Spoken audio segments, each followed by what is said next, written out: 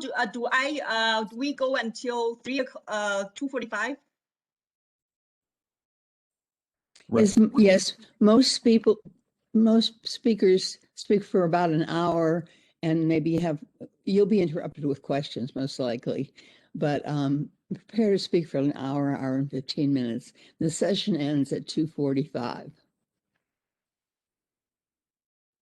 Okay, thank you very much. I am opening my file and I'm going to share that. So first of all, I'm introduced. My name is Cindy Tian. I am a professor in animal science. And today I would like to share some of the data that I have and some of the studies I have done over the years on genetic engineering. So let me just start sharing my slides. Are you able to see? Yes, we can see them. Okay, hold on. Let me just make this bigger.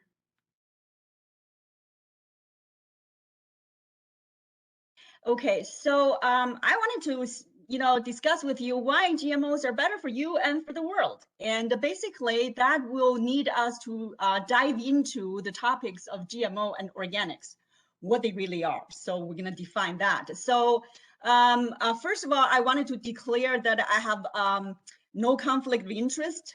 Why should you listen to me?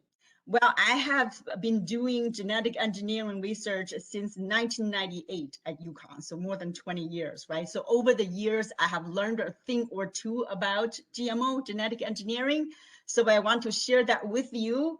And I would say that this is a very scientific topic. So it's important to listen to someone that live and breathe this topic, right? And this is the same reason why you wouldn't call a plumber. You wouldn't call your plumber for your toothache, right? In fact, you wouldn't even call your cardiologist for your toothache. Those people may be very knowledgeable, but that's not their expertise. Okay, so I have studied this for a long time. So if you are still interested after you listen to me, there's a lot more work that you can do. There is this book I highly recommend. It's written by Mark Linus. It's called Seeds of Science. Why we got it all wrong on GMOs, so wrong on GMOs. So this is a very interesting read. So I highly recommend that book. So with that, I would like to start. So I wanted to give some outline. So on the side of GMO, I am going to give some basic terminology, a few examples. There's so many good examples, I just don't have the time. Then I wanted to spend some time talking about public perception because this is a big part of GMO, right? On the organic side, we wanted to go into exactly what organics are. How does the USDA define organics, right? And then we're going to look at the myth associated with organics.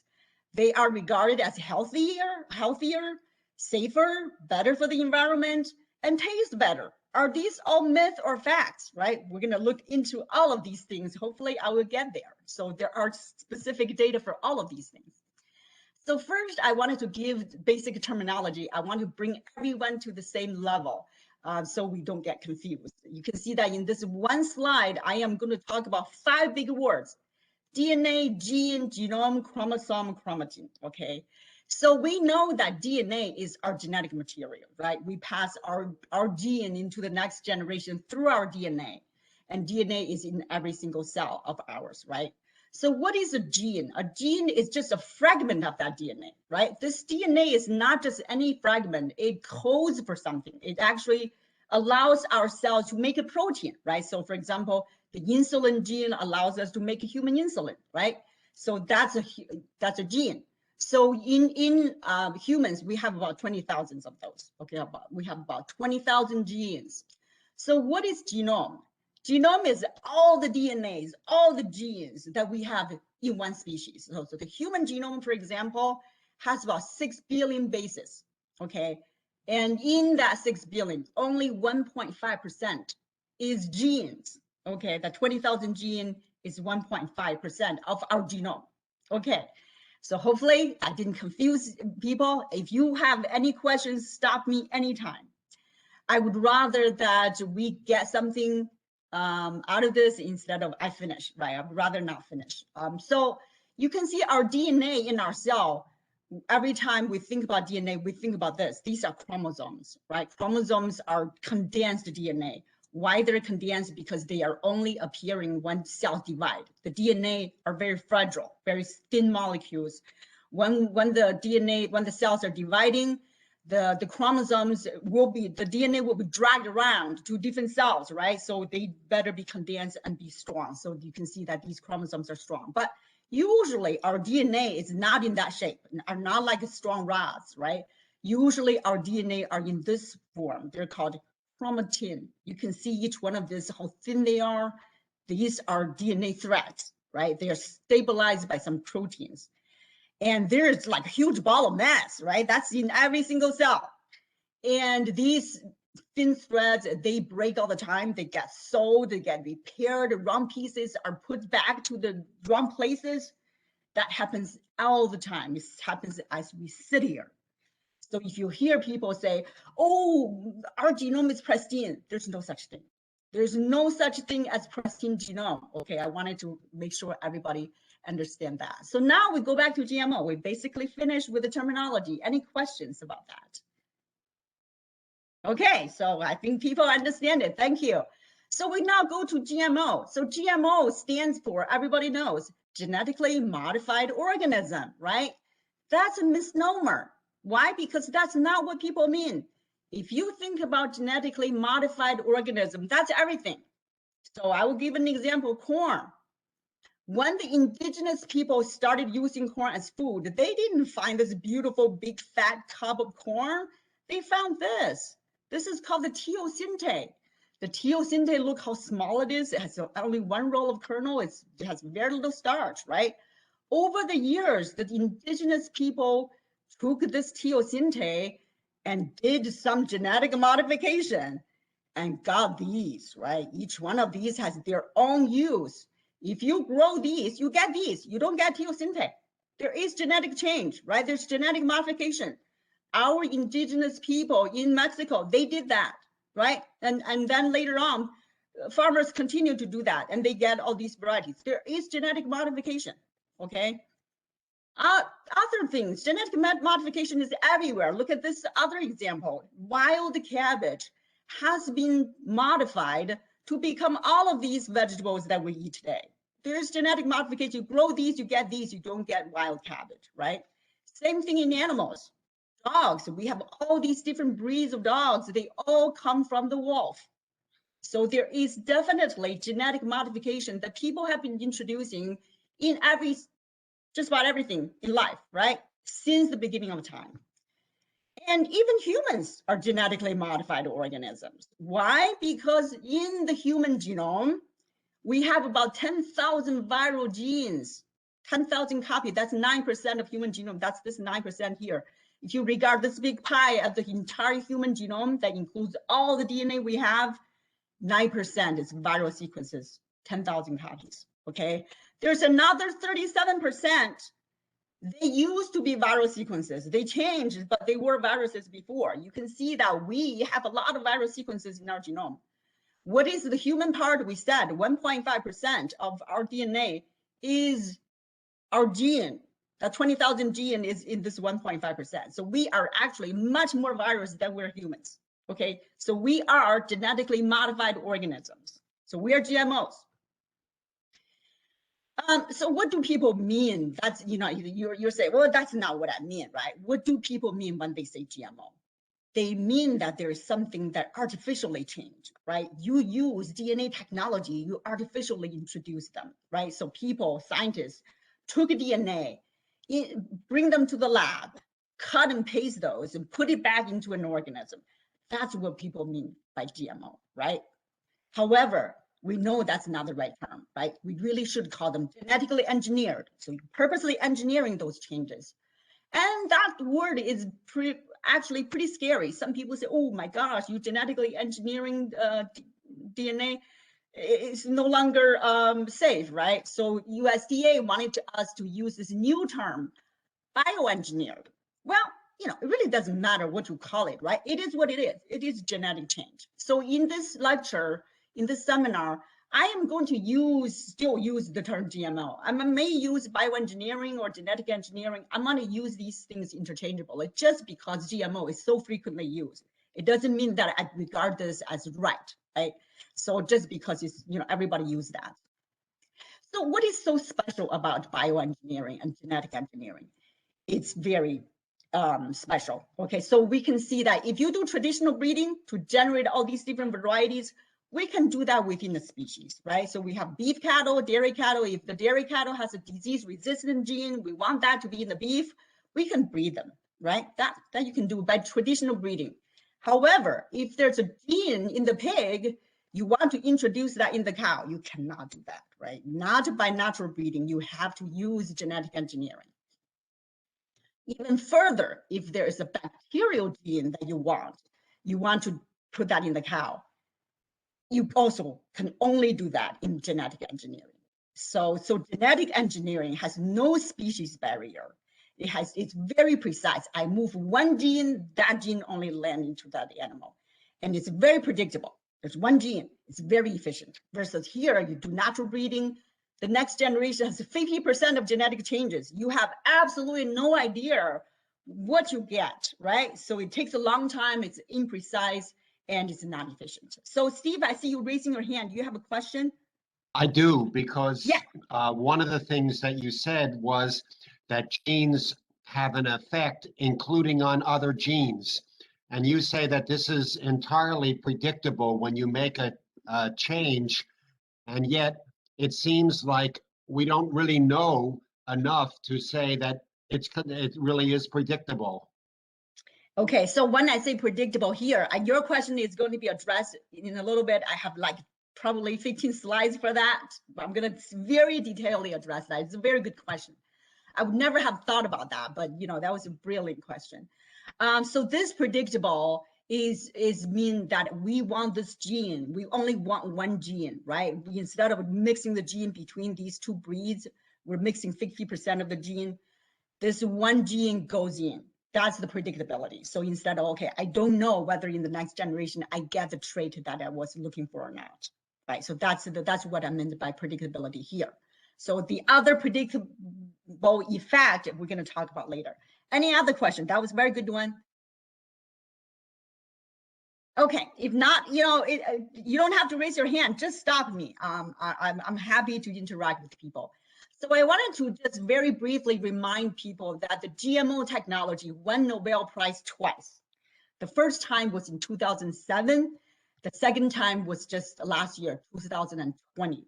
Exactly how they did the experiment, how they won the Nobel Prize, I have no time to get into. I just want to say that the scientific world highly regard this technology. Okay. So now I wanted to give a few examples of GMO. There are just too many examples. I will do just a few. Each one of them has a beautiful story behind it. Okay, so the first story is human insulin. I think Jerry Berkowitz probably talked about this.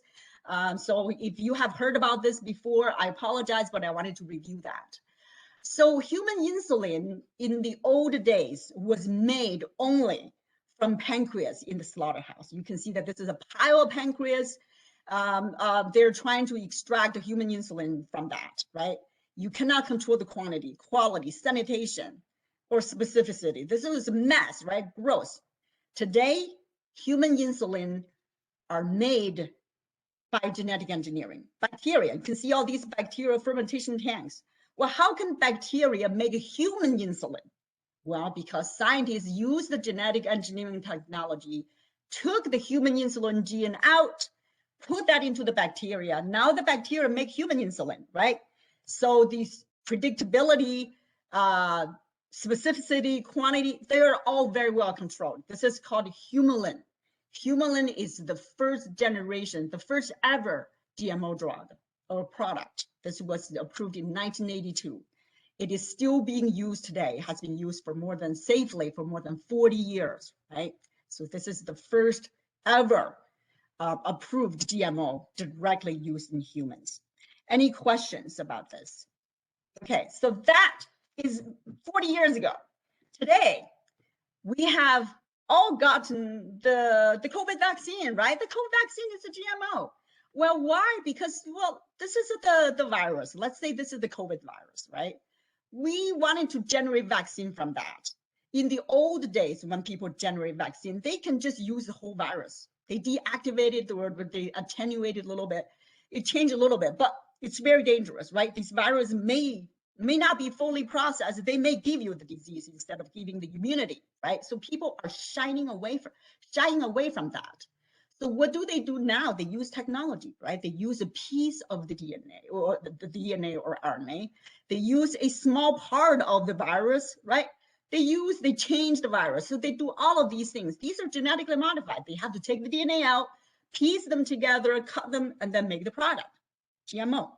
So once you got the vaccine, you just used the GMO technology, right? So that's going to help us. So the other GMO products made by animals are these three. You can see that the first ever approved GMO drug is made by the goat. The second one was by the rabbits. The third one was made by chicken. This is a company right in Connecticut, Alexion, in Cheshire.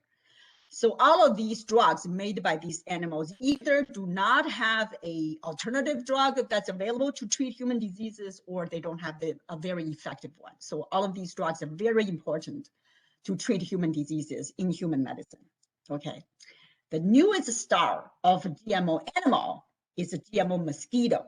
Okay. So you can see that this year, this summer, Florida will release 750 million genetically modified mosquito. In Florida, wow, when you release those mosquitoes, don't you get more bites? No, you don't get more bites. Why? Because only female mosquitoes bite humans because they need to grow eggs, right? They need more nutrition. Male mosquitoes do not bite human, right? They just mate with the females. So what is so special about this species of mosquito? This particular species of mosquito, they carry deadly diseases, deadly viruses, right? The Zika, the dengue, all these kind of viruses, right? So here you can see this baby. She was when she was a fetus, right? Her mother was infected with the Zika virus. So that affected her. She got very small brain when she was born, right? This is the most benign picture that I found, right? Do not want to scare people. This is the result of Zika virus from mosquito bites, right? So this company called Oxitec, what they did was they did GMO mosquitoes, and they only did GMO mosquito males. They're going to release the males. So people are not going to get more bites. These male mosquitoes, they're going to go to the local females. They're going to find their mates. They're going to mate with the females. And after mating, the females will lay eggs. These eggs would hatch, but those new offspring will not be fertile. They cannot reproduce anymore. So basically you wipe out the mosquitoes in that population, right? This has been demonstrated to be extremely effective in South America. You can see that this is GMO releasing in Brazil. They had a huge problem with the Zika virus. They had to use this technology, right? So you can see I'm demonstrating GMO is better, right? So the next star of GMO is GMO salmon. This GMO salmon was approved in 2015. It took them 20 years to get approval, not just to develop it, to get approval, it took 20 years. So finally last year, 2019, the GMO salmon will have been approved to be grown in the US. So I think in May, we're gonna have those in supermarkets. Okay, I can't wait to eat it. So what did they do? GMO salmon, usually, if you buy salmon, you go to the local supermarket, you see farm-raised salmon, right? There's not enough salmon to go around, so people are raising them, but they don't grow really fast. So what people do is that, well, let's make them grow faster. So they took genes, growth hormone genes, from two different fish, the Chinook salmon and ocean pout, another two types of fish. They borrow these two genes, piece them together, and put that into the Atlantic salmon. Now the Atlantic salmon is GMO, right? Genetic engineering happened. What happened to this Atlantic GMO salmon is that it grows so much faster with less food. Okay, so you can see that this is a conventional salmon. This is the GMO salmon, bigger and eat less food. Okay, so you can see that if you were to eat this GMO salmon, it's equivalent that you're eating 3 fish altogether, right? Because if I eat the ocean pout, I eat the Chinook salmon, I eat their DNA, right? So basically when I eat the Atlantic GMO salmon, I'm eating the 3 fish altogether. There's nothing special than that. So you can also see that we're borrowing genes. We're not creating genes, right? So this is basically one very important point about GMO. We're not creating genes, we're borrowing them from another species. Okay, so you may ask, well, why? Can I ask a Go question? ahead. Yes. So how do we know that by humans eating the fish that grow much faster, that won't affect us? So this is a good question. So there are we're eating corn, right? That grow bigger, better, right? So that was originally from teosinte, right? So by eating the modified corn, does that make us change? So this is the same question. Right. So basically, we don't expect us eating 3 fish together to change us. However, people are still concerned, right? We're going to address the concern in a little bit. So I think this is a very good question. So why do people mess around with salmon? Salmon is such a beautiful fish, right? You know, everybody love it. Look at all the delicious salmon dishes, right? Because we love salmon so much, we are eating them up, basically, right? So you can see that this diagram shows that the x-axis is year from 1971 to 2016. The y-axis basically just the number of salmon, right? The green line here is the conservation minimum, right? You can see that starting from 1990, we already are below the conservation minimum for salmon numbers, right? If we keep eating them, there will be no salmon around. That's why salmon have to be raised by farms, right? Even the farm-raised salmon, they don't grow fast enough. We have to make the GMO salmon. So that's the reason why people mess around with salmon, right? So I wanted to summarize what I've just said so far, right? So we talked about 2 types of food from GMO. One is fish, the other one is pig. It's for food and medicine. I don't have time to talk about it, so that may be another day. One is mosquito, right, for disease control. There are 3 animals, the goats, the rabbit, and the chicken, that are to make pharmaceuticals, right? That's as far as GMO animals are concerned. But I don't have time to talk about the thousands and hundreds of thousands of GMO animals that are made in all species, worms, mice, rats, you know, anything you can think of. They've been made into GMO. Why? Because people wanted to do research on them. I will talk a little bit about that, but not a lot of time. So people have advanced. They're now making GMO humans, right? GMO, you know, GMO humans are already GMO, right? But these are real GMO. These are genetically engineered humans, right? So this particular woman here, Victoria Gray, she has the disease called sickle cell anemia, right? The sickle cell anemia, they don't have enough energy because they don't have a lot of blood cells that work. So before her treatment, she averaged 7 hospitalizations, multiple blood transfusions each year, okay? Then she was made a GMO with genetic engineering. She has not been hospitalized, okay? And her parameters were normal. There are 6 other patients similarly treated. They were all having the same effect. GMO humans. And there are many other diseases that people have started to do experiments on. Here's another one. This is a genetic disease called the Leber's congenital, I'm just called this blindness. I'm not going to pronounce this word, okay? So you can see this child here is affected by a natural mutation, right? This thing just happens naturally, right? The vision of people with this disease would start to regress at 1 year of age. So this child is about 3 to 4. You can see that he was trying to walk this way forward, right? His eyes were looking up. Clearly, he wasn't seeing anything, right? There is one genetic modification that people can correct and then make him see things again. That's just, you know, as simple as that.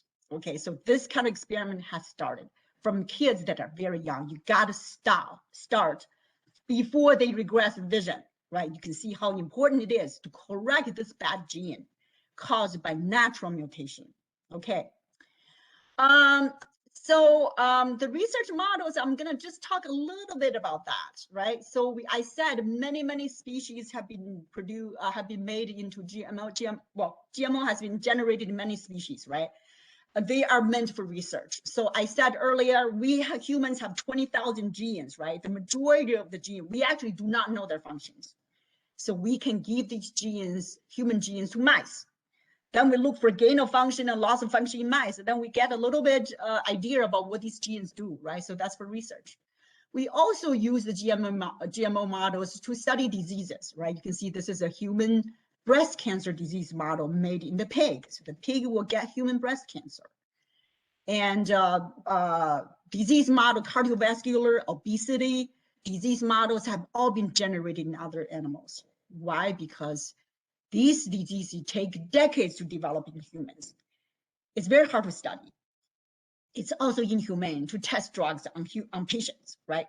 But we can do that in animals. Whether you agree with that or not, that's something that would help humans, right? So this basically just about everything in human disease, it has been made in the pig. The other GMO application is disease resistance in agriculture. So you can see that here I have a picture. This was taken in the UK in the 80s and 90s. They had something called the mad cow disease. It was very bad. It scared a lot of people because people were afraid that when people and humans eat meat from mad cows, they're going to become mad humans, right? It's not like they become mad and just yell at everybody. It's because they have uncontrollable body movements because their brain is messed up.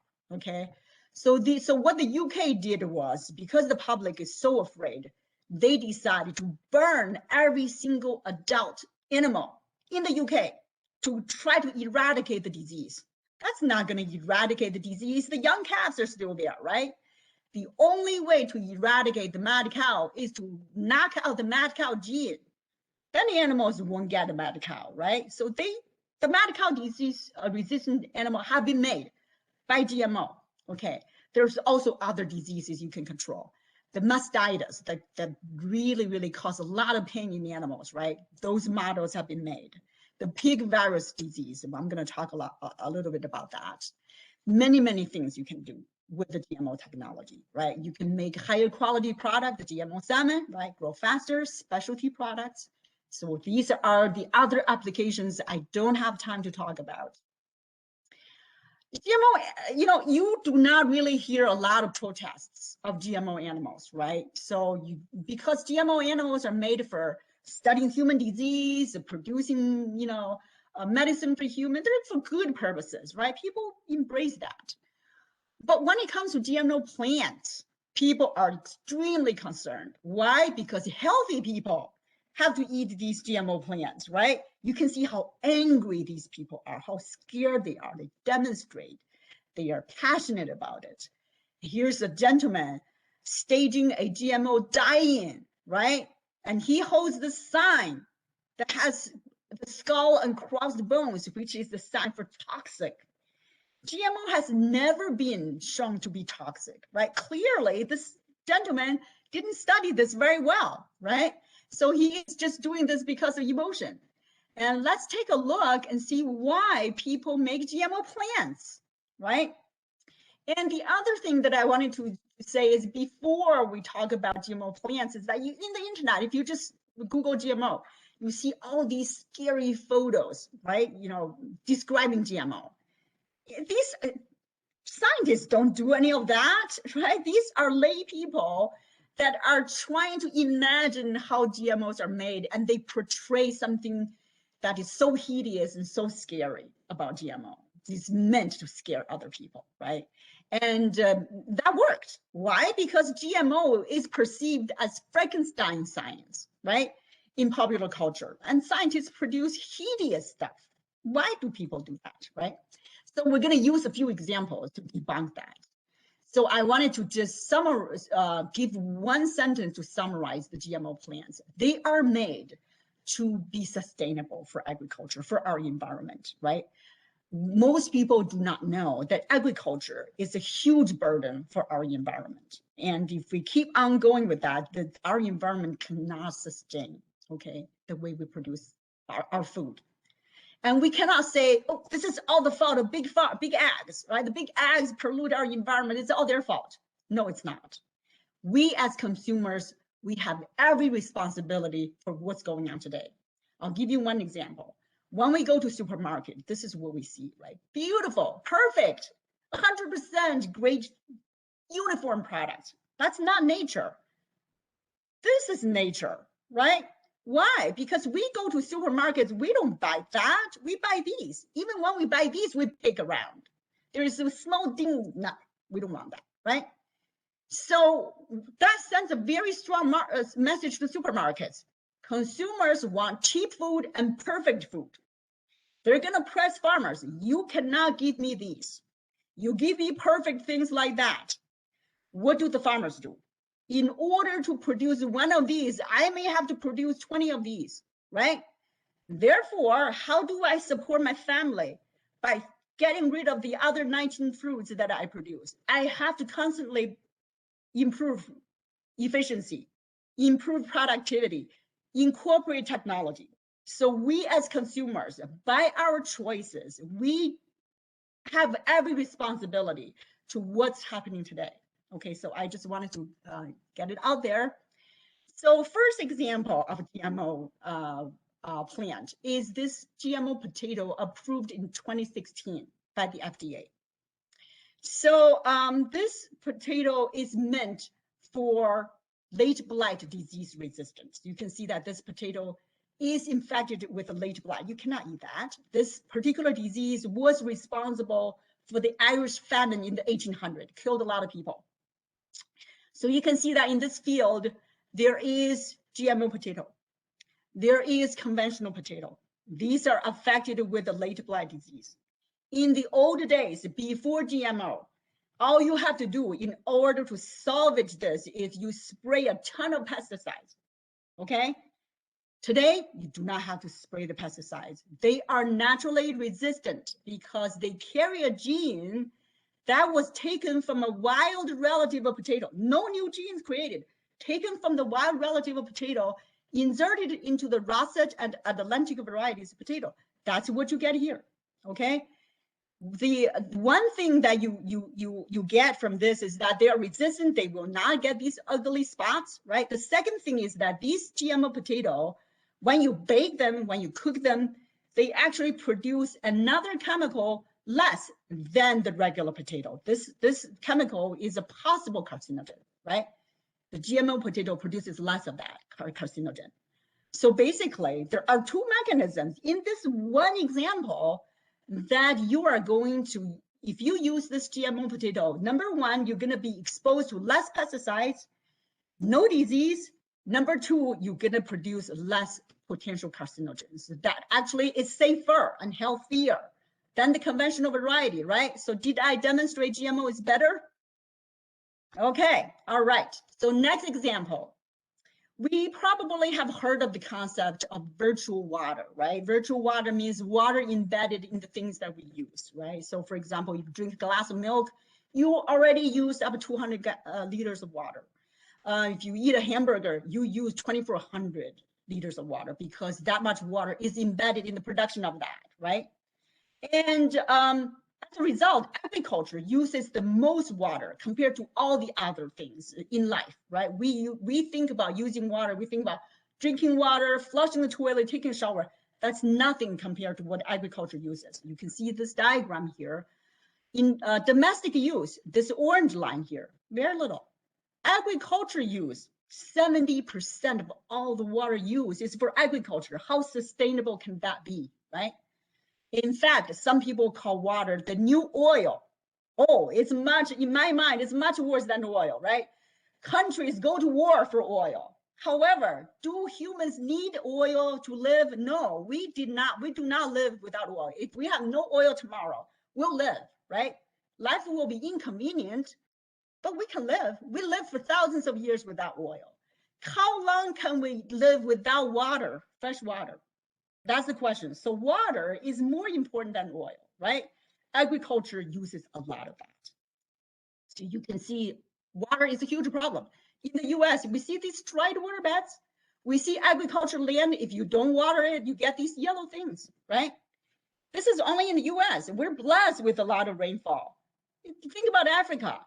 They're devastated with drought, right? You have to use technology if you want to produce food. So biotechnology companies produce this drought-tolerant corn in the same condition. Look at the drought-tolerant corn. They produce so much more food compared to the conventional variety. If you don't do that, people will starve in agriculture in Africa. And it took 15 years for biotechnology company to generate this corn variety.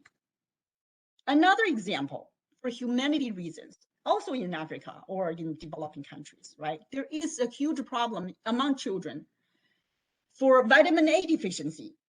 When you have vitamin A deficiency, you get night blindness. At night, you can't see anything. If you go to the bathroom, you fall, you hurt yourself, right? That's not the only problem. You also become much, much more susceptible to diseases because your immune system needs that vitamin A, right? These children do not get that. The result of that is 124 million children are deficient in vitamin A. This is in the world, right?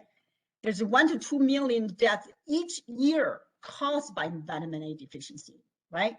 How do you solve that problem? So here's a child getting a vitamin A drop.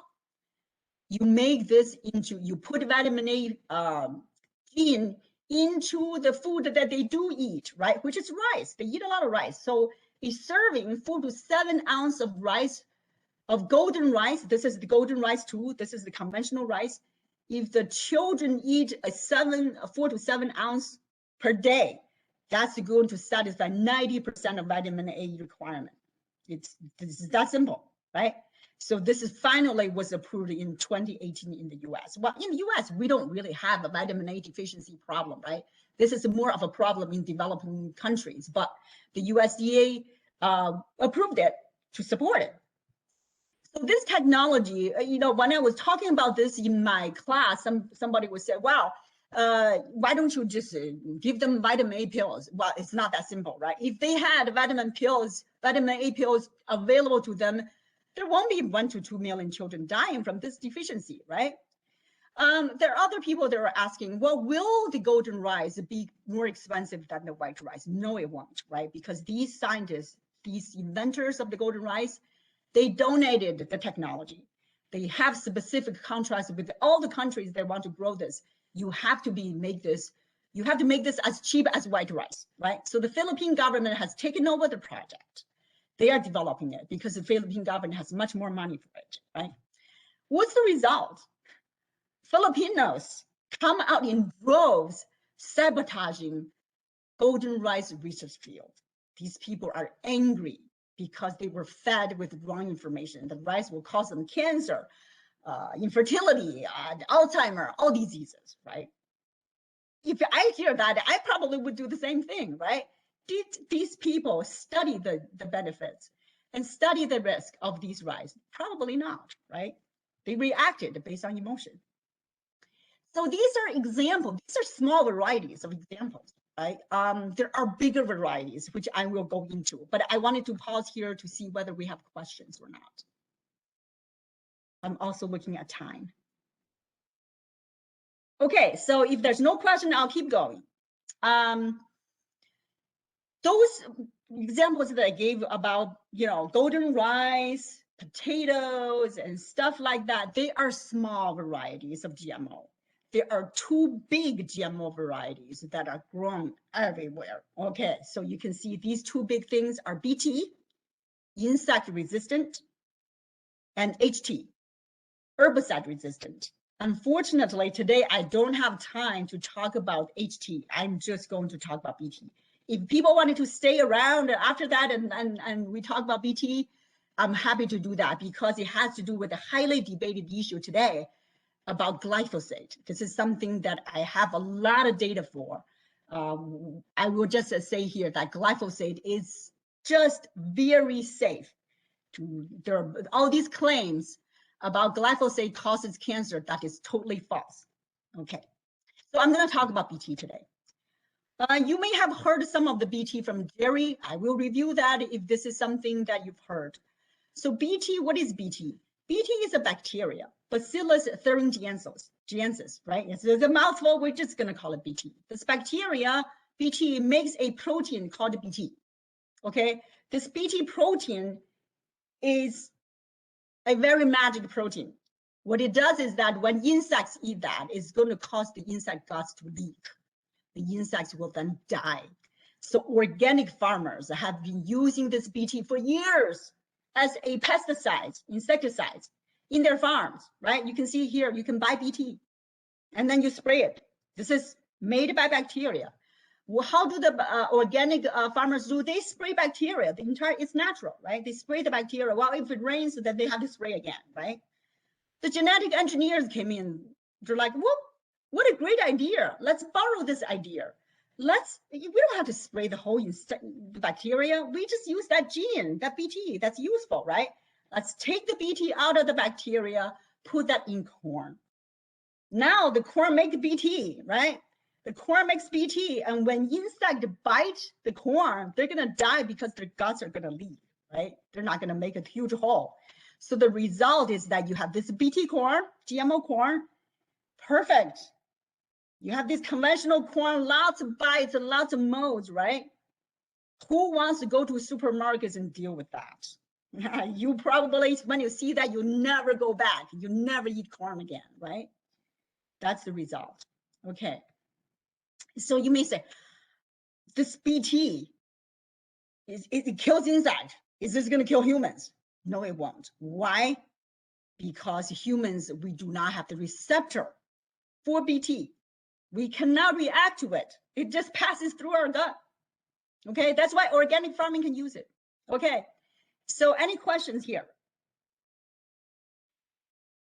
You know, obviously, BT is not liked by everybody, right? So you can see on the internet, there are all these photos or images created by BT, right? Uncle Sam forcing innocent citizens eating GMO corn. After you eat GMO corn, you look like that, right? Is this true? That's definitely not true, right? Do you see humans like that? That's obviously from fear, right? Because people didn't understand this. What is actually BT? Is BT very dangerous? BT corn actually is safer than conventional corn. Why? One thing is that BT GMO corn do not have a lot of toxins. This a mycotoxin is produced in corn.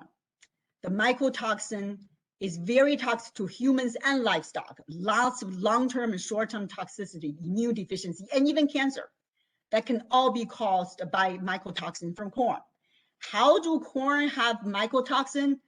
One insect bites corn, they produce a hole there. And then that hole, when rain comes in, the hole will accumulate the rainwater and create more moisture. Then you have all these molds growing in there because there's so much moisture. These molds produce mycotoxin. When you eat corn like that, you will get mycotoxin. And GMO corn, when the insects start to bite the husk, they'll die right away. They can't make a hole. Therefore, there is no mycotoxin. You may say, well, I'll never eat corn like that, right? Yeah, this is what you can see. You can avoid that. What if you can't see? You have conventional corn that has a small hole. They have a small amount of mycotoxin. It's there. You're eating it, right? So what you don't see is very dangerous for you. So my GMO corn has a reduced amount of mycotoxin. It's safer to humans. You can see this is the proof for it. Okay, I'm not just talking about it. I have the proof. 21 years of field study data demonstrated that mycotoxin is reduced by 30% on average. It reduces cancerogenicity by eating GMO corn. Did I demonstrate GMO corn is better again? Okay, another benefit of GMO corn. Since the introduction of GMO corn in the US, insecticide use plummeted, synthetic insecticide use plummeted. Okay, you can see this diagram. X-axis, again, year. Y-axis, synthetic insecticides used in the US. Okay, you can see that 1996 is when GMO corn was introduced. Over the years, the farmers grow more and more GMO corn. They love it. Why? They save money. They don't have to buy insecticides, right? They don't have to spray insecticides. They don't have to deal with concentrated insecticides. They are so much healthier. They love it. Insecticides use plummeted. GMO corn saved our environment. Okay. There is a study in Florida that compared conventional corn to GMO corn. Conventional corn, you have to spray it 17 times with insecticides in order to have no holes.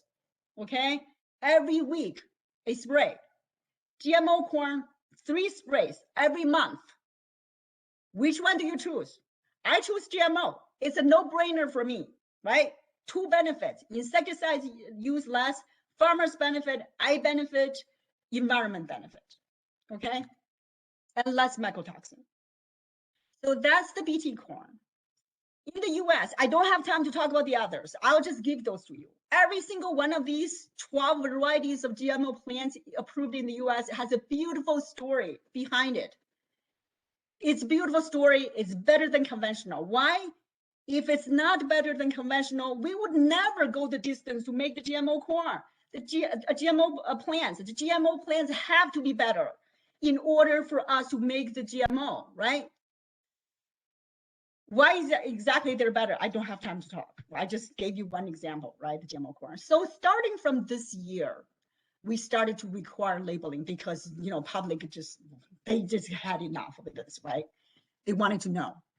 And next year, GMO products will be mandated for labeling, right? This year they were starting, but next year, every GMO product will have to be labeled, but they don't have to be labeled with the word GMO in there. They can use this bioengineered sign. They can use a QR code. They can simply use a phone number, right? So this actually infuriated a lot of people against GMO, right? How can you just hide GMO information like that? That's the policy right now. Okay, so starting next year, we're gonna label GMO. In fact, you probably already, you know, seen this sign in supermarkets, right? It's everywhere. It's all products, right? By the way, this butterfly is a monarch butterfly. This is GMO, okay? There is no such thing. That's not genetically modified. This is a GMO. Even the non-GMO product uses a GMO butterfly, okay? That tells you how wrong people can be. Anyway, you see that they label everything. Non-GMO verified carrots, non-GMO verified almonds. If you go back and look at this list, are there GMO carrots, GMO almonds in the US? No, there isn't. They label these. Why? Because they make money. In their own non-GMO project website, they said, we have labeled $26 billion. Wow, who's paying for it? For this nonsense labeling, right? By taking advantage of customers' confusion, because a regular customer would not know whether GMO carrots is out there or not, right? Whether GMO almonds is out there or not. Only scientists do. By taking advantage of customers' confusion, by implying that not labeled products to contain GMO, therefore unsafe, they're making money. Okay, so that's the whole thing that I have for, for that. So I wanted to take a pause here. Are there questions? Except for the 2 that we basically have already expressed. Mainly there are concerns about how safe this is, right? Yeah, go ahead. How do we talk to our children about this? They're so convinced that organic is better. Well, I'm going to go to organic in a little bit. Okay, so hopefully I will stop here. We'll go to organic. If we have to come back, we will. So I want to talk about the public concerns, right? The public extremely concerned. First is the health, right? They believe that GMO causes all kinds of problems, right? There are also other groups that are convinced that GMO is a result of corporate greed. There are other groups that convince GMO harms our environment, totally baseless, right? I'm going to debunk each one of them. So first, you probably heard, oh, GMO causes cancers, Alzheimer's, infertility, allergy, everything under the sun. Well, first of all of these diseases, each one of them have a different etiology. They have a different way of development. How can GMO causes all of these things. It makes no sense, right? But there are people that are extremely concerned, right? They say, why are cancer rates so high? We need to take a closer look, all right? And then they point to GMO, right? Products rotted by GMO. Is this true? So let's take a look, right? So you can see this is another diagram produced by the USDA. Axis again year, right? From 1996, the first year GMO corn or GMO crop was introduced in the US all the way to just a few years ago. The y-axis is the percentage of plant acres, how much we're planting in the US, right? You can see that since inception, GMO corn, cotton, soybean, they're more than 75%. So if you can almost be sure that if you go to supermarket, you buy a year of corn, you can be almost sure that's GMO, even if it's not labeled, right? Unless it's labeled organic, you know it's not GMO, okay? And so if we think GMO causes cancer, causes Alzheimer, causes allergy, causes whatever, you know, that people accuse GMO to cause, right? 70-some%. Those cancers, those Alzheimer's, allergy, infertility would increase exponentially, just like this diagram, right? Let's look at cancer rate. This is about the same period, 1999 to 2013. This is the percent of cancer incidence per 100,000 people. How many people diagnosed with cancer? So new cancer rate, right? These lines are different ethnic groups, Black, all races, Asians, whatever, you know. In male, over the years, as we are eating more GMOs, cancer rate dropped. How do cancer get caused by GMO when you're eating GMO? Makes no sense, right? What about in women? Flat. Well, why do cancer get less cancer over the years? Well, because they quit smoking, right? Women's cancer flat. There's no more cancer, even they're eating more GMO. Clearly, GMO does not cause cancer. There's no correlation. That's just one example. There are many thousands and thousands of safety studies about GMO, right? In animals, in humans. So the concern about, okay, if we eat GMO, does that affect us? It does not. It's been studied for years, right? The final study, most comprehensive, came out of National Academies of Sciences. This is the creams of the crop of scientists, okay? They gathered data from the day GMO was produced up to 2015, and they did a whole year of study. They came up with this summary. This was a 400-page study. And in the summary, they said that they found no substantiated evidence for risk to human health, okay? There's no cause-effect evidence for environmental problems caused by GMO. There's favorable economic outcome to farmers, okay? So that's the final conclusion. This conclusion is based on thousands and thousands of studies, not just one or simple correlations, okay? So because I don't have time, I won't be able to go into that. However, the public is not convinced, right? You can see this is a survey in 2019. If they are asked, is GMO worse for your food, for your health? Yes, 50% of them said GMO is bad for my health, right? And that's what the public think. Why do they think that? Because they are afraid. There is genetic change, right? It's no longer natural. You see this particular GMO, anti-GMO champion. She said, you cannot insert a gene you found from bacteria. She's talking about BT. And then you insert that in seed and call it life. You polluted life. Did she consider herself being polluted by 10,000 copies of viral sequences? Would she consider herself polluted?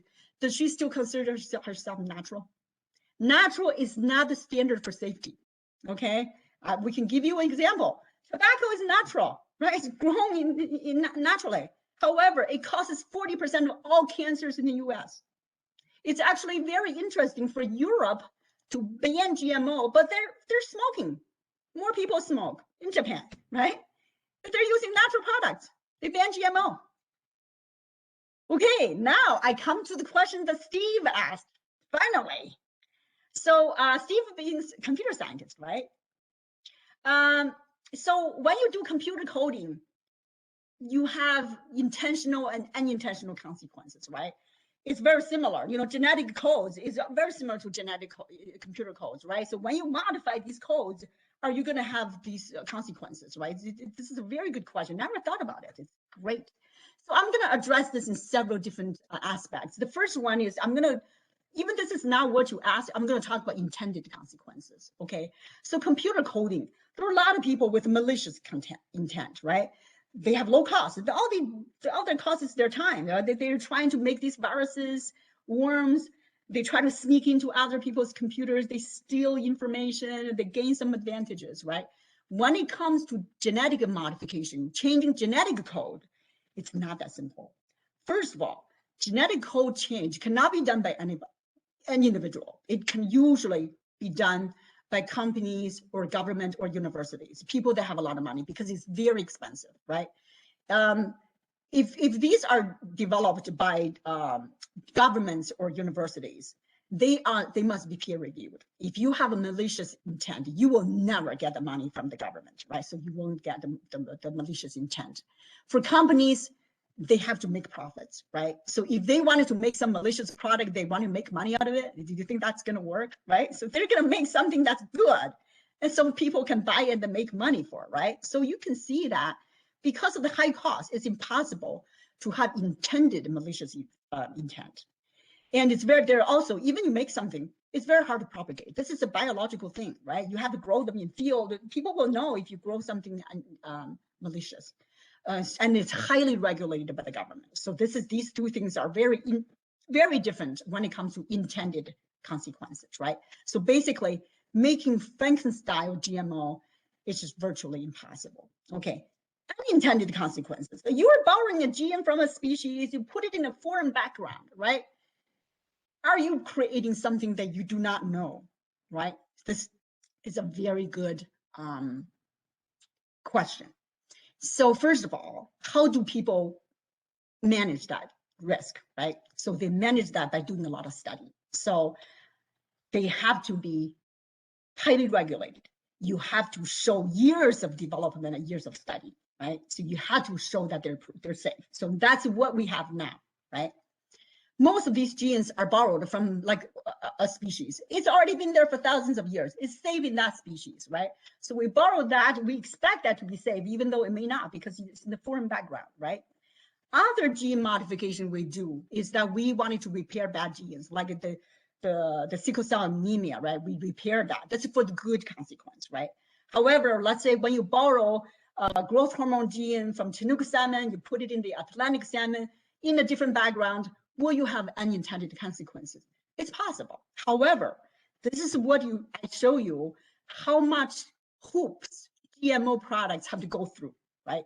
Each one of those will take 13 years of research and development, $130 million it costs on average, right? That many years of study. 75 plus studies for each GMO, 75 plus studies, okay? That's how much they're studied. There's still a chance, right? You study for 13 years. What about the 14th years? You have problems, right? There's still the chance. These chances are extremely small. Why? Because, again, regulation. And because, again, GMOs are constantly improved. For example, the GMO BT and HT varieties, they're constantly being modified to improve them. They're constantly being put into new seeds because the older seeds are no longer as productive. Farmers need productivity to increase every year, right? So you're moving them from one production level of seeds to a new production. You're going to have to study that again. You're going to have to monitor that again. If there is problems, you're going to have to destroy that right away, right? So these every year they're monitored. If there is any change, undesired consequences, they're going to be caught. They're going to be destroyed, right? So this these monitoring is extremely important to prevent small chances of new mutations new interactions that could occur with these genes in a different foreign background, okay? Next is, are we requiring this GMO technology to be perfect, right? We know in this world, there is no such thing as perfect, right? Everything comes with a risk, right? You can see this photo. Driving the car is very risky. Riding a bicycle, even having a pet, riding the airplane, very risky, right? These things can kill you. But nobody got killed by eating GMO, right? But we continue to do all these things. We continue to drive a car. We continue to have a pets. We love our pets, right? Why? Because we realize how much benefit we get. We are able to regard these things as imperfect and accept it. However, do we want to accept GMO, right? What is the benefit of GMO compared to the risk, right? I have just talked about all the risks, well, all the benefits, right? The risk, we don't have any because we don't know any, right? We're talking about potential risks now, right? How many people have gotten sick after eating GMO corn, right? If you eat corn, it's GMO, right? How many people got sick? How many people went to the emergency room because eating canola oil, cooked food? Canola is almost all GMO, right? Have you heard anybody died from eating GMO food? The risk of GMO is so much lower than any of these. However, the public reject GMO, yet they embrace all of these. Now, is this fair, right? However, the public also embrace something that's bad for them. Look at this data published in New England Journal of Medicine. People go to the emergency room because they take supplements. They think these supplements are good for them. Weight loss, more energy, better sex performance, right? Better cardiovascular performance. All of these ended up sending them to the emergency room. This is not even including people that got sick. They just said, oh, I am going to tough this out. I'm going to just go to bed early. Tomorrow I'll be better. No, these people think they're going to die. These are sent to the hospital by weight loss supplements, by sexual performance drugs, right? We do things, we embrace things that are bad for us. We reject things that are good for us. Okay, the last thing I want to talk about is the risk assessment that today we're doing is totally a wrong attitude, I have to say. The USDA, the FDA, the EPA require GMO to be low risk, to have as low risk as conventional equivalents, right? You eat anything, you have risk, right? However, we want GMO to be as having the same risk as conventional, then we would approve them. However, what they didn't consider is the risk of not having the GMO.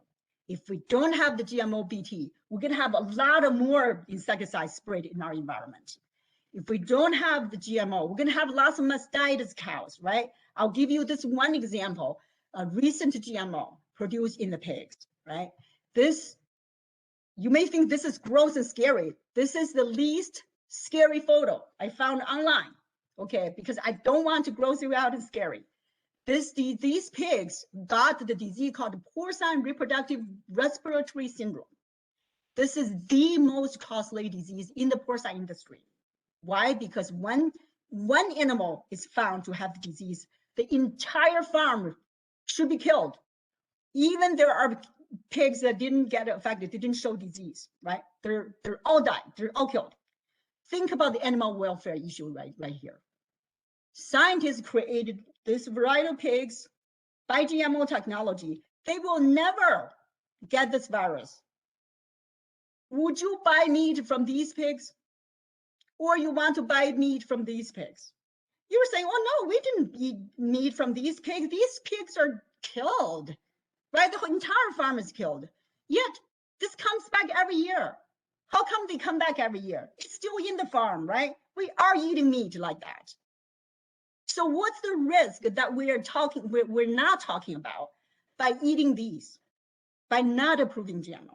These risks are never discussed. And I think that risk is so much bigger than the very minute potential small risk that may happen and may not in the future. right? So that's where I'm going to stop. Steve, did I answer the question properly? Yes, Thank that you. was definitely the best answer I've ever heard from that. And I've talked to GMO scientists before. There is one question that people come up with, and that is with the rise of CRISPR technology and the ease that it can be done, that there will be unethical actors in this who are essentially not regulated or in governments that are not to be trusted. But otherwise, if everything were done by our government and other governments we trusted, we're fine. I totally agree with that. The gene editing technology are not going to, gene edited crops are not going to be regulated in by the USDA. But then we should be we should also consider that would people agree to people have to buy into that, right? If this is something that is not that is going to cause harm, people are consumers can vote with their pocket, right? So I do share your concern. I think that's a very good concern about not regulating the gene edited the crops. Gene edited animals are still regulated the same way as a conventional GMO. Any other questions or comments? If not, you know, I'm looking at the, oh, there he is. Yeah. Yes, I think the term GMO is too general. I think for the public, it ought to be more, well, it should have a little more information. For instance, GMO 1, 2, 3, 4, which is denotes different classes of why it was modified. If it were modified to increase production, it might be beneficial, like an extra branch on a rice stem that increases the yield, but it does not have any toxins introduced. Yes, That would I think give the general shopper a little more information. the problem is the information. This is why I'm here today, right? Scientists for years, they hide in the lab. They don't want to deal with the public. Why? Because they, you know, they are afraid of controversies. They are afraid of debate, right? So now they're coming out. Universities are having all these websites. They're trying to educate the public because they realize there's a huge vacuum.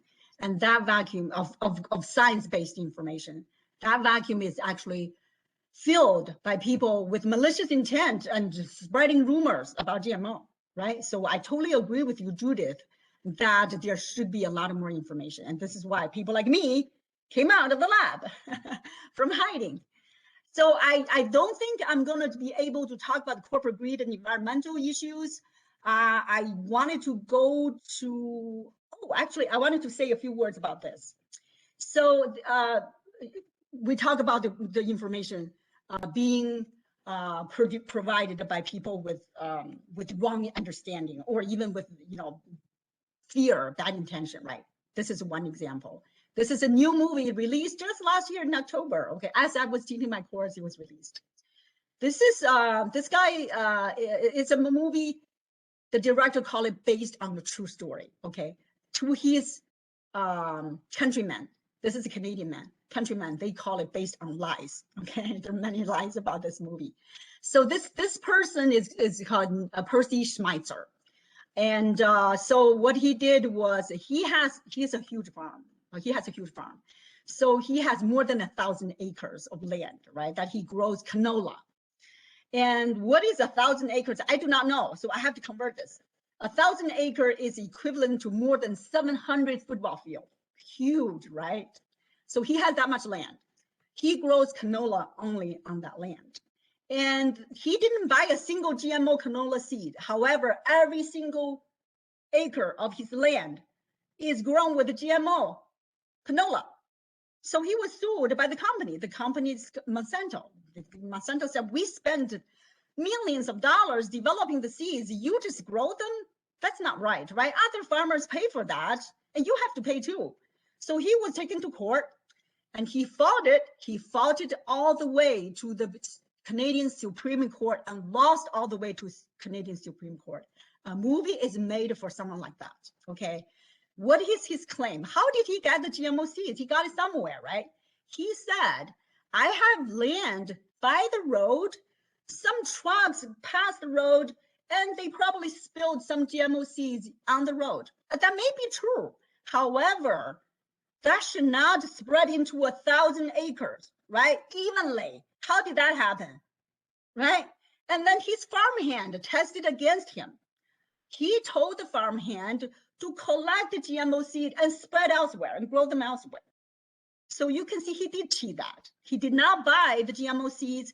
He grew GMO seeds in all his land. That's why he lost the lawsuit, right? And he died last year.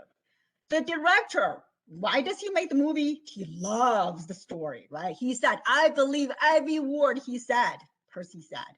However, did the director do his due diligence in the story? He put Percy in the cornfield. This was the movie poster. And then the local said, this is wrong. He is not a corn farmer. He is a canola farmer. In this entire movie, they talk about canola. There was not a single word of corn. Then the director photoshopped him into a canola field. You can see this is how much information how bad the information is propagated by a mass media. And young people will go watch it. There's, oh my gosh, this person was screwed by all these big companies, right? In fact, he's a liar here.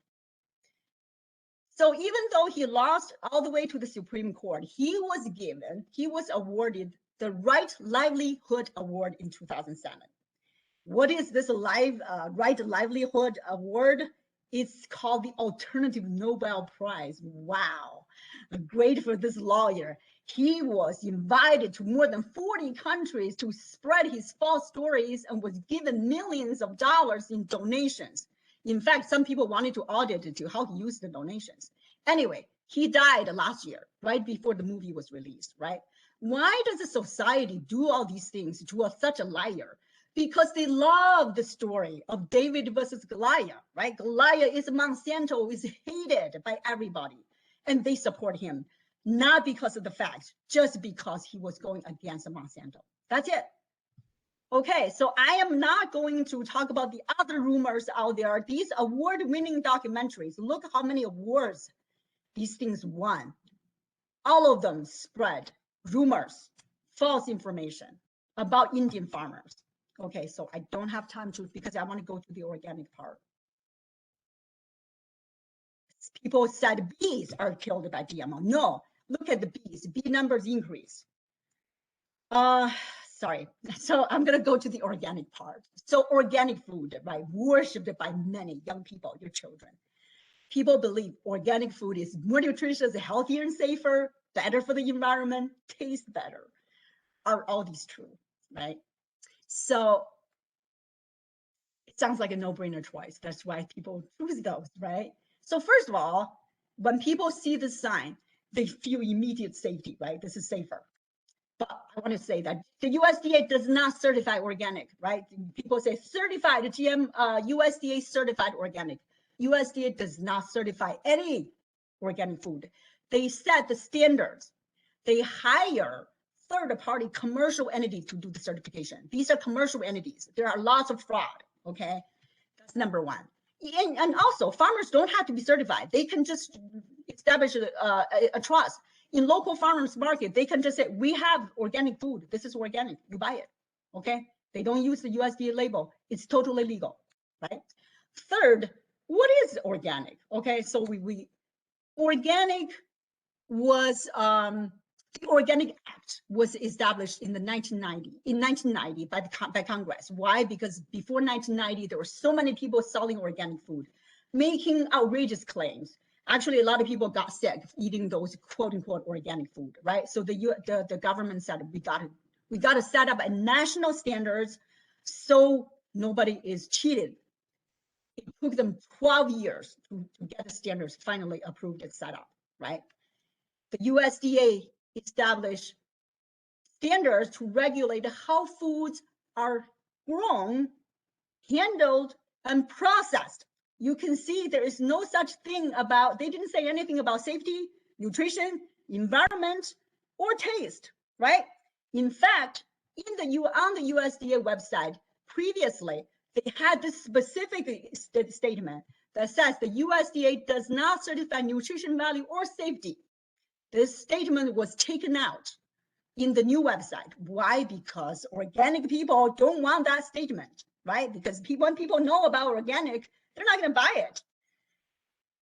They say by not saying that you don't certify nutrition value or safety, you already said it. Why do you specifically say it again? So the USDA bowed into it, and they are not saying that. Okay. So if you go to the USDA organic website, this is the USDA, this is a screenshot of the organic website. They set the standards for crops, livestock, and poultry, and the handling standards, right? So each one of them, they have specific standards. And I'm going to, they're very wordy. What I did was I summarized it. So it's a simplified version for produce and grains, crops, right? The organic food must be grown without prohibited substance for 3 years. Okay, so what are prohibited substances? Mostly synthetic fertilizers and pesticides, right? And you can use natural fertilizers and pesticides. However, we know natural is not the standard for safety, right? We already said that. For animals, the animals must be raised in natural environment, like graze on pasture, right? They are fed with organic pasture, so they must eat these. And you cannot give them antibiotics or hormones, right? So basically, organic farmers, a lot of organic farmers, they withhold medicine. When the animals get sick, it's an animal welfare issue. When the animals get sick, they don't give them antibiotics because they want them to recover themselves. As soon as they give them antibiotics, they're no longer organic. They can't sell them as much, right? For processing, the standards is that you don't put in artificial preservative, color, or flavoring, okay? Do you see any of the USDA standard requiring high nutrition, high safety, high environmental standards, better taste? No, USDA doesn't do any of those, right? The other thing that USDA says, you cannot be GMO, right? So no GMO. So what about the actual data? This is the USDA regulation. What about the actual data? There are about no more than 250 studies that compared organic versus conventionally grown food. So they found minor nutrition and contaminant differences. So basically, for every paper that found that organic is better, there is another paper that says organic is not better, right? The bottom line is it's not proven, okay? If it's proven, you do it 100% of the time, 95% of the time is better. It's not. The data is like 50-50, right? So basically, not proven. There are very, very few safety studies. What did we say about GMO? 75 study per GMO, right? Do we have 75 study per organic food? No. How do you study the safety of conventional food? How did you compare? Compare to what? Organic food have never been studied, right? Conventional food have never been studied for safety. We ate beef, we just ate it. Now we found that it causes cardiovascular disease. Well, we still eat it, right? So GMO is the most studied food in the world. Okay, I want to say that. I'm not just saying this, I'm giving you evidence. Here's one paper. They identified 162 studies. This was in 2009. They said there is no evidence for a difference in nutrition quality between organically and conventionally produced foodstuff from 162 studies, okay? Another study done in 2012, 240 studies, 17 studies in humans and 230 studies, nutrition and contaminant levels. This is the bottom line. I'm going to give this to you. The published literature lacks strong evidence that organic food are significantly more nutritious than organic food, okay? What they did say is that consumption of organic food may reduce exposure to pesticide residue. May, okay. Should you buy organic food for this last little benefit? I say no. Why? Because look at this paper published in PNAS. It's one of the best journals in the world, right? Dietary pesticides, 99.99% are natural. In other words, the things that we eat, they produce their own pesticides. Why? Because the plants have to make something to kill the insects so they can grow to a stage that they can produce seeds. They can pass down to the next generation that they naturally developed pesticides, right? So the pesticides, the majority of the pesticides we eat is actually produced by the plants. It's not applied. So would you buy organic food for this may reduce exposure to pesticides, right? That's your choice. If you want to spend money, more money on something that's not proven, it's your choice, right? Are organic healthier? So we just talked about the nutrition value, right? Are organic healthier? So I have a few minutes. I'm going to go through that. 95% organic consumers in the UK said they wanted to eat organic because they want to avoid pesticides. They cannot. Sorry, you cannot. 45%. The US number is actually better. 45% of people surveyed says that organic food is better. Okay, it's not 95%. Anyway, is organic food safer, healthier? You can see this is one study that's published in 2002.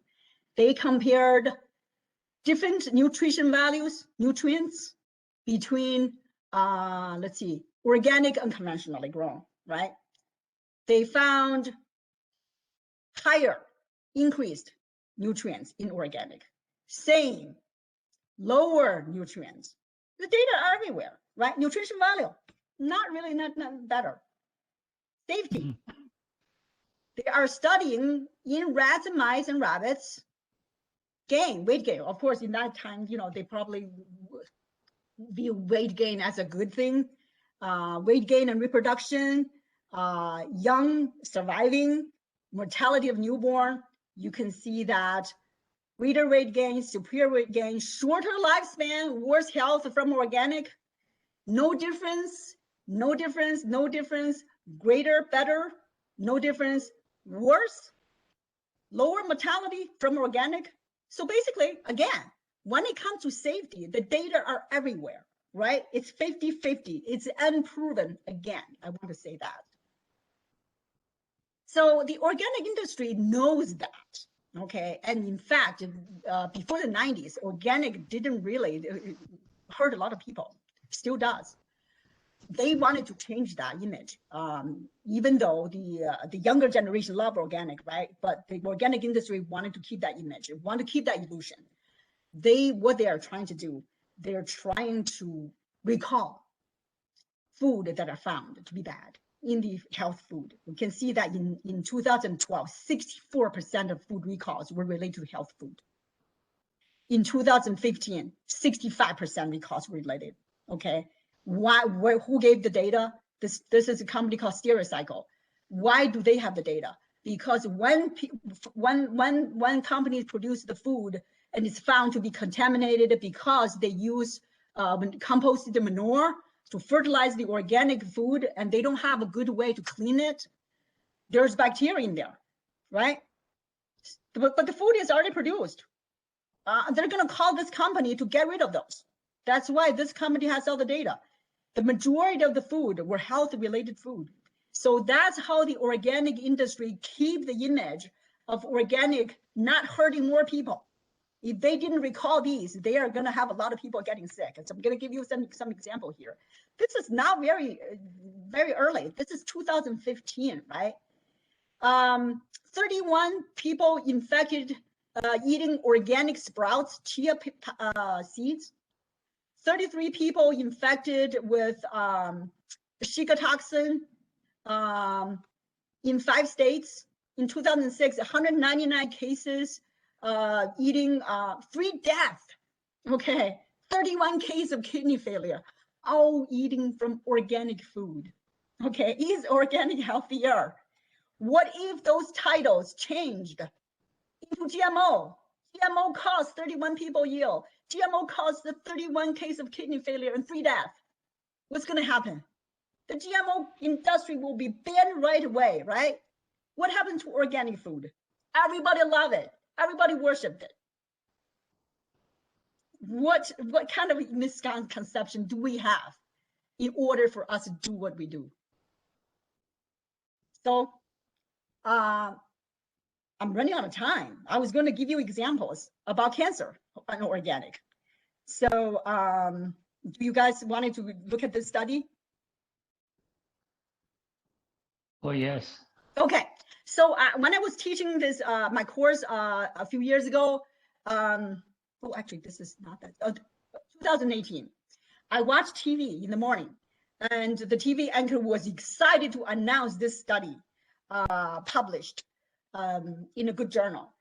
That says organic food gives you less cancer. Okay, so they cited the study. The study studies almost 70,000 people. And the final conclusion is that there's higher organic scores. So in other words, if you eat more organic food, you are going to have fewer cancer. Okay, this is a study that lasted 4.5 years. Wow, pretty interesting, right? The anchor was very excited. However, nobody mentioned this study. Nobody reported the study in 2014 when this was published. This is the Million Women Project in the UK. They studied more than 500,000. This study only studied 70,000. There's 500,000 in this study. Nobody talked about that. This was 10 years, 9.3 years.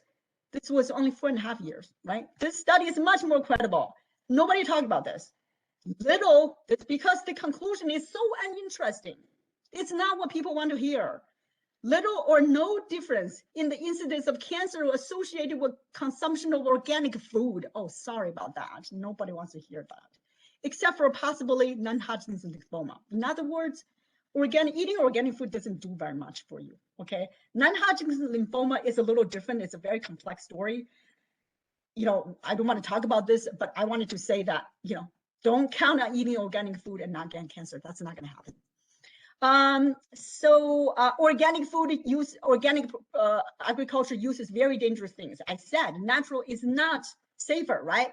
Copper sulfate is an organic pesticide. This is more toxic than synthetic pesticides, okay? Just the reason why it's used is because it's dug from the ground. It's not good for the environment. You have to dig it from the ground, right? It's used. Look how much this is used, okay? And this is sprayed on potato. Severe eye irritation, vomiting, nausea, damaged tissues, blood cells, livers, kidneys, shock, and death, okay? Organic pesticides.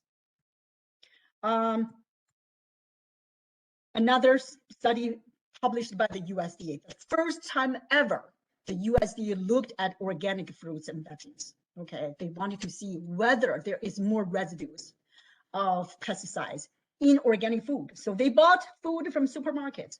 They studied 200 pesticides that are commonly used in conventional farming. They want to see if organic food has conventional farming pesticides or not. 57% do not have it. 39% has synthetic pesticides, things they're not supposed to use. 40% of organic food, okay, detected somebody is cheating, but these levels are not above the EPA levels, okay? 4% of organic food has synthetic pesticides higher than EPA allowed, okay? This is spending more money and buying worse, right? And this is another USDA study in 2015, comparing organic versus conventional. Basically, not much different in terms of synthetic pesticides detected. So basically, you can eat organic, conventional food and trust it is as safe as organic. Okay, I don't have time to talk about that. There are people that says, "Oh, I eat organic for the environment." Oh, well, sorry, you're eating the wrong type of food. Why? Because organic food is very, very low productive. Okay, organic food is much less pound for pound productive than conventional food. So you're gonna have to put a lot more input, right? In order for the whole US to produce, to eat organic food, we need to clear out land to grow organic in another 109 million acres. This is the whole state of California and New York combined. Nobody lives there, just grow organic food. Okay, that's how much lower productivity that we have for organic. Think about growing that much food in the land and how much greenhouse gas it's going to produce. Okay, organic food is not better for the environment. For every study that shows organic food is better for the environment, there is another study says organic is worse for the environment. Okay, I don't have time to talk about this because organic culture, you can't use technology.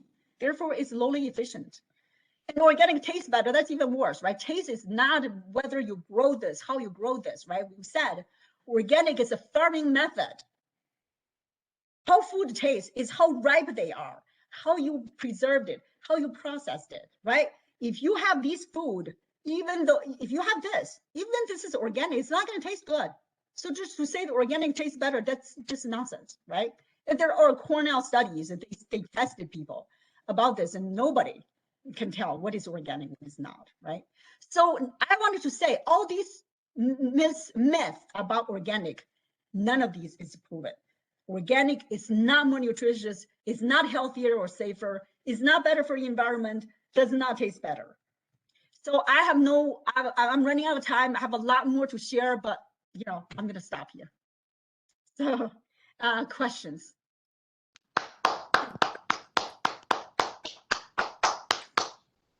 Thank you so much. It was funny. We quickly went through the slide, but I noticed that in a taste test, McDonald's was shown to taste better as an organic food. Yeah. It was published. Yes. You just don't tell them this. You just don't tell them this is from McDonald's. That's right. You just say this is organic. They will say, oh yeah. Is all the advertising what causes organic foods to be more expensive than conventional? One is advertising, the other one is productivity. Because it's so lowly productive, so they have to charge you more. Well, Cindy, thank you very, very much. When we're allowed to visit again, I will come by your office with a complimentary clear coffee cup, which you'll be happy to know is suitable for both GMO and non-GMO coffee. So don't worry about what you put in it. Thank you so much. I really appreciate everybody listening. I hope that you can talk to other people. And if they wanted to invite me to any talk, I would be more than happy to talk about this. Wonderful, wonderful. Thank you so much. Okay, have a good rest of the day. Bye-bye. Bye-bye. Thank you. Wow.